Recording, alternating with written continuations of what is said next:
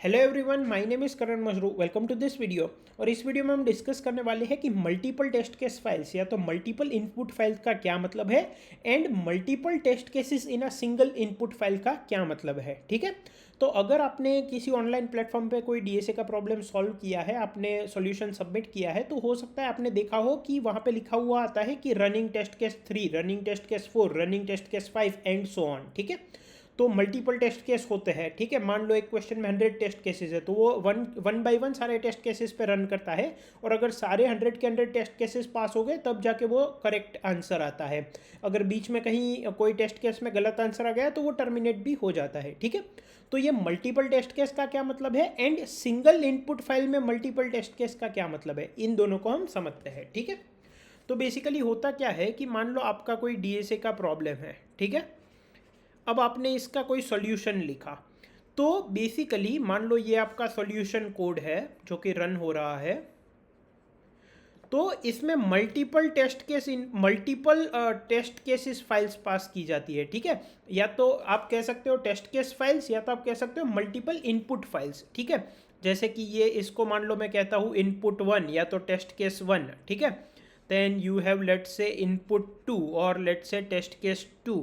ठीक है, then you have let's say input 3 और test case 3 you can say. ठीक है, and let's say you have input 4 और टेस्ट केस 4, और लेट्स से यू हैव इनपुट 5 और टेस्ट केस 5। ठीक है, इनपुट 5 भी आप बोल सकते हो, मतलब फिफ्थ इनपुट फाइल है या तो टेस्ट केस फाइल है। ठीक है, टेस्ट केस 5 है।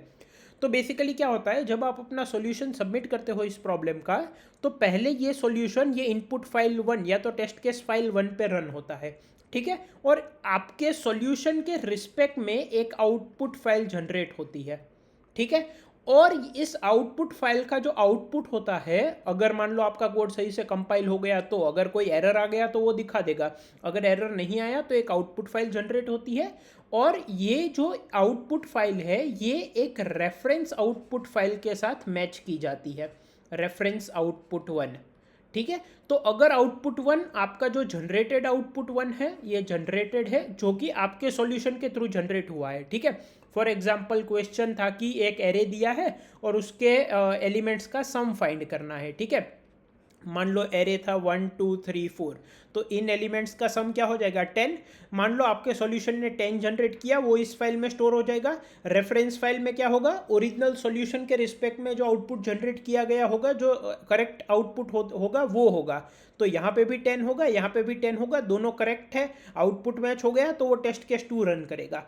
अगर ये आउटपुट मैच नहीं हुआ, मान लो आपने कुछ गलती कर दी और आपका आउटपुट यहाँ पे 9 जनरेट हो गया और एक्चुअल आउटपुट 10 था, तो ये यहीं पे टर्मिनेट हो जाएगा, ये टेस्ट केस 2 रन नहीं करेगा। ठीक है, मोस्ट ऑफ द प्लेटफॉर्म्स पे ऐसा होता है, एक टेस्ट केस फेल हो जाता है तो आगे वो नहीं जाता है। तो ये अलग अलग फाइल्स है, सेपरेट फाइल्स है, मतलब कि ये एक फाइल सबमिट हुई, आपके सॉल्यूशन पे रन हुआ, उसके रिस्पेक्ट में एक आउटपुट जनरेट हुआ, ये आउटपुट रेफरेंस आउटपुट के साथ कंपेयर किया जाता है, अगर सेम है तो नेक्स्ट टेस्ट केस रन किया जाता है, वरना रॉन्ग आंसर दे दिया जाता है। और फेल्ड टेस्ट केस भी काफ़ी प्लेटफॉर्म दिखाते हैं कि फेल्ड टेस्ट केस 1, क्योंकि हो सकता है कि आपका टेस्ट केस 1 2 3 4 5 पास हो गया, 6 टेस्ट केस पे फेल हो गया, ऐसा भी हो सकता है। ठीक है, अगर सारे के सारे पास हो जाएंगे तो वो करेक्ट आउटपुट देगा।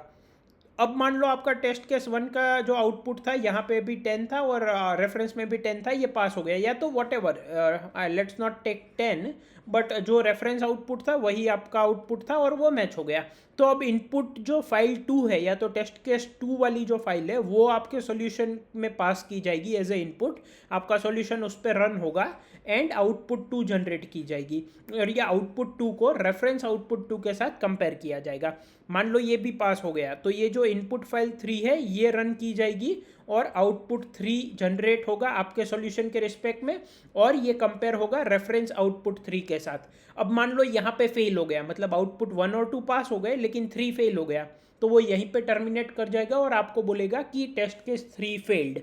ठीक है, तो ये आपको मतलब यूजुअली जब आप कंपटीशन में पार्टिसिपेट कर रहे हो, जो रेगुलर कंपटीशन होते हैं, मतलब कुछ प्लेटफॉर्म्स ये दिखाते हैं, स्पेशली जब ऑनलाइन हायरिंग होती है तब नहीं दिखाया जाता कि कौन सा टेस्ट केस फेल हुआ।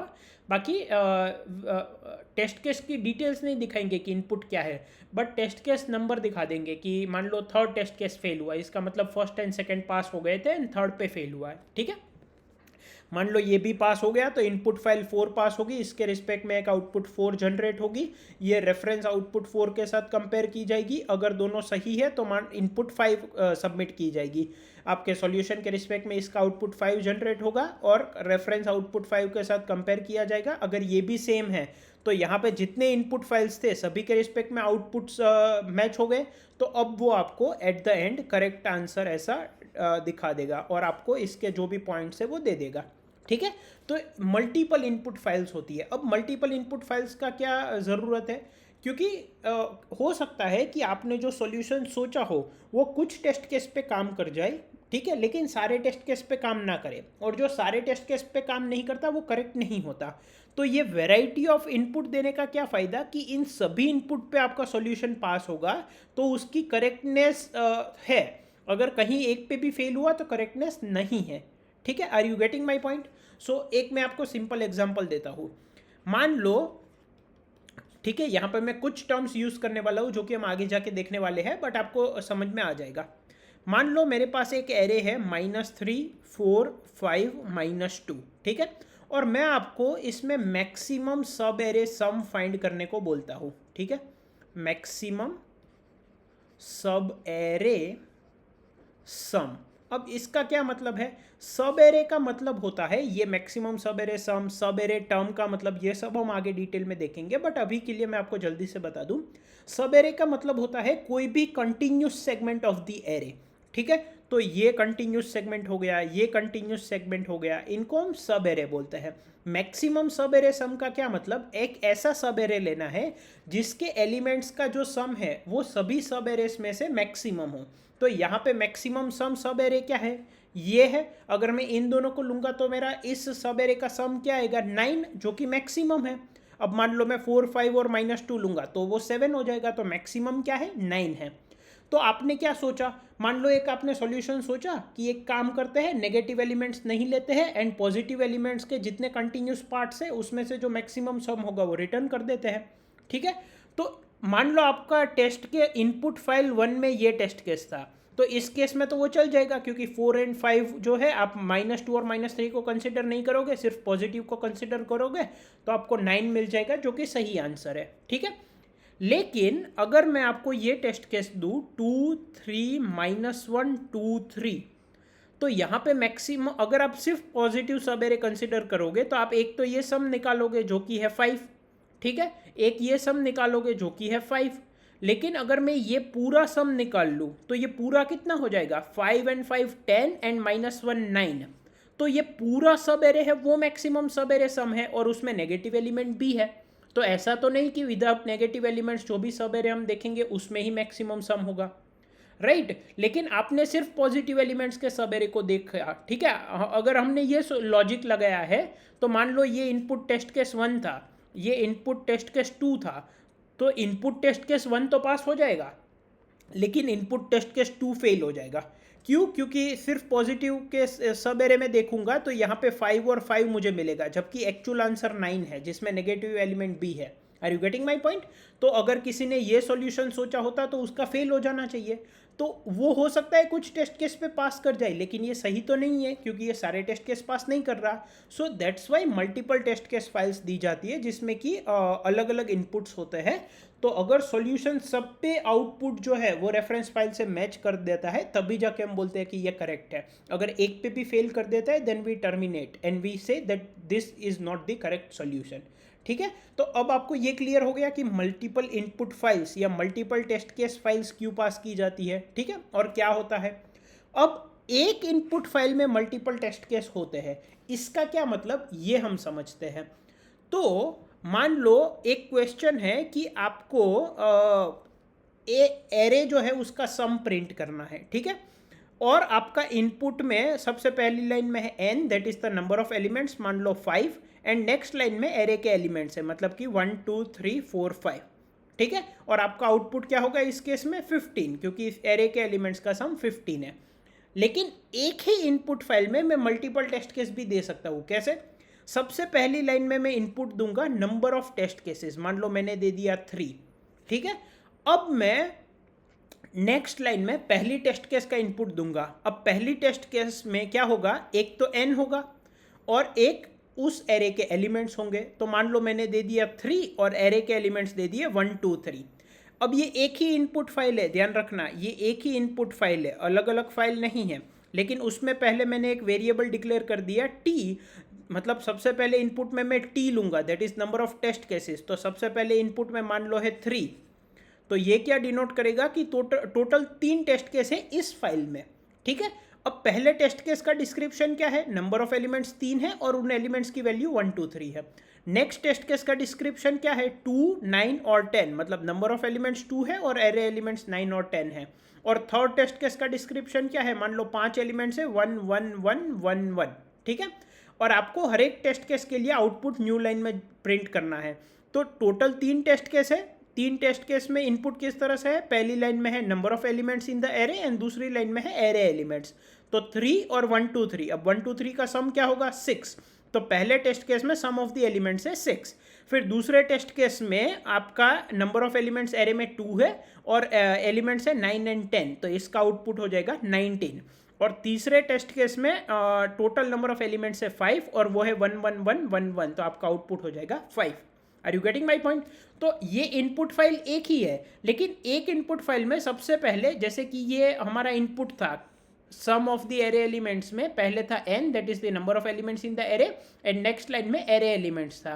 तो उसको ही हमने 3 बार रिपीट कर दिया कि ये 3 अलग अलग टेस्ट केस है, 3 अलग अलग क्वेरीज है, इनको सॉल्व करना है। और वो हमने कैसे डिनोट किया, सबसे पहले नंबर ऑफ टेस्ट केसेस दे दिए, ठीक है। और हर एक टेस्ट केस के लिए आपको sum of the array elements display करना है। तो ये एक इनपुट फाइल में मल्टीपल टेस्ट केस हो गए, और ये क्या है, अलग अलग इनपुट फाइल्स ही है, ठीक है। Are you getting my point? So this was about multiple test case files, या तो मल्टीपल इनपुट फाइल्स, जो कि यहाँ पे हम देख सकते हैं। एंड तो ये लेफ्ट हैंड साइड वाला समझ में आ गया। And multiple test cases in a single input file, जो कि ये है, ठीक है। अब इसका एक एग्जांपल भी कोड करके देख लेते हैं कि एक इनपुट फाइल में मल्टीपल टेस्ट केसेस कैसे हो सकते हैं, ठीक है, और इसको कोड कैसे करेंगे, ठीक है। तो यहाँ पे मैं सबसे पहले तो इंक्लूड कर लेता हूँ IO स्ट्रीम को। Okay, now using name space and std I will say int main. अब इनपुट में आपको इस तरह से लिखा हुआ मिलेगा, ठीक है। ये एक टेस्ट केस में अगर एक इनपुट फाइल में मल्टीपल टेस्ट केस है तो उसमें कुछ ऐसा लिखा हुआ होगा, first line of input contains number of test cases. First line of input क्या कंटेन करता है, नंबर ऑफ टेस्ट केसेस। जैसे कि मान लो ये पूरा मेरा इनपुट है, ठीक है, तो first line contains number of test cases, ठीक है। अब for each test case first line contains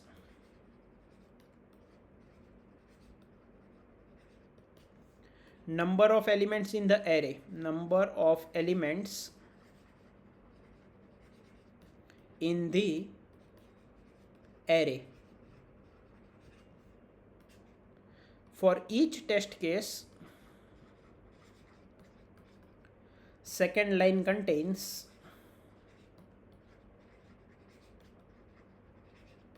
array elements, ठीक है। तो ये बेसिकली क्या कह रहा है, first line contains number of test cases for each test case. ये फर्स्ट टेस्ट केस, ये सेकंड टेस्ट केस, ये third test case. First line contains number of elements in the array, second line contains array in the elements in the array. First line contains number of elements in the array, second line contains elements in the array. First line contains number of elements in the array, second line contains elements in the array, ठीक है। सो यहाँ पे सबसे पहले मुझे क्या चाहिए, एक तो मैं t ले लेता हूँ नंबर ऑफ टेस्ट केसेस के लिए, फिर n ले लेता हूँ, फिर i ले लेता हूँ और एक वेरिएबल सम ले लेता हूँ। ठीक है, सबसे पहले इनपुट में आएगा नंबर ऑफ टेस्ट केसेस। अब हर एक टेस्ट केस के लिए n आएगा। ठीक है, तो अब यहाँ पे मल्टीपल तरीके हो सकते हैं, आप इस तरह से भी लिख सकते हो, for i equal to 0, i is less than t, i plus plus. ठीक है, बट मैं यूजुअली कैसे लिखता हूँ इसको, अगर आपको टेस्ट केस नंबर डिस्प्ले नहीं करना है तो I usually right it like this, for T minus minus.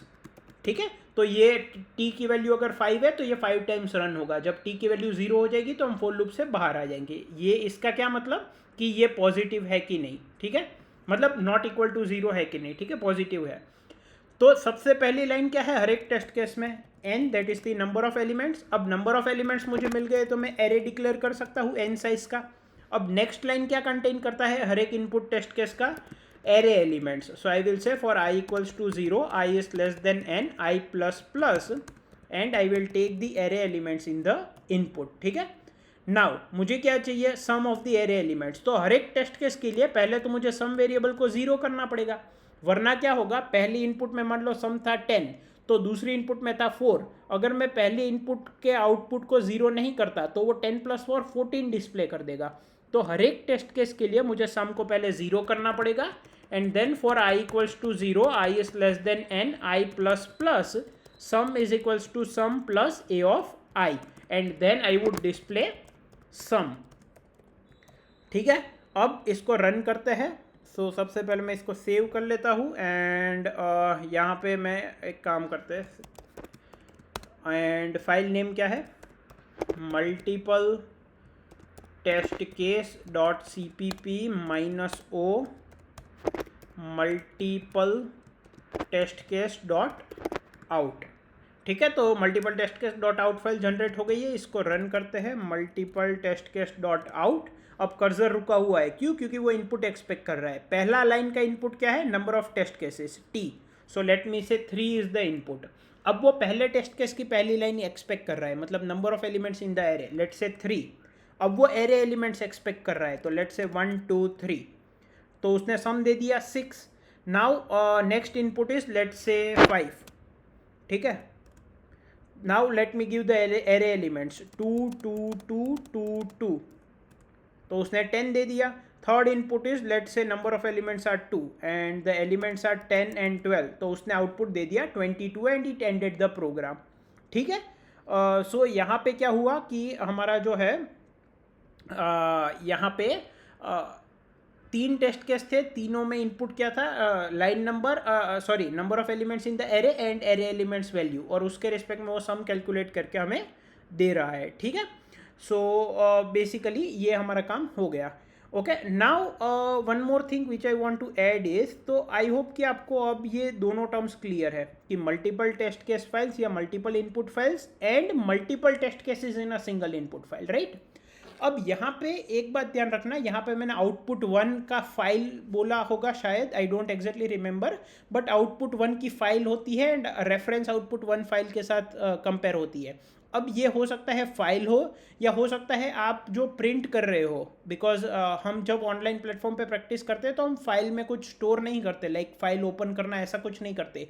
तो आप जो कंसोल में प्रिंट कर रहे हो उसको ही वो बैकएंड में डायरेक्टली अपने रेफरेंस के साथ कंपेयर कर रहा हो। ठीक है, सो बेसिकली आपका जो आउटपुट जनरेट होता है वो रेफरेंस आउटपुट के साथ कंपेयर होता है, that is what I wanted to tell. ठीक है, सो आई होप आपको इस वीडियो में सब कुछ समझ में आया होगा। Thank you.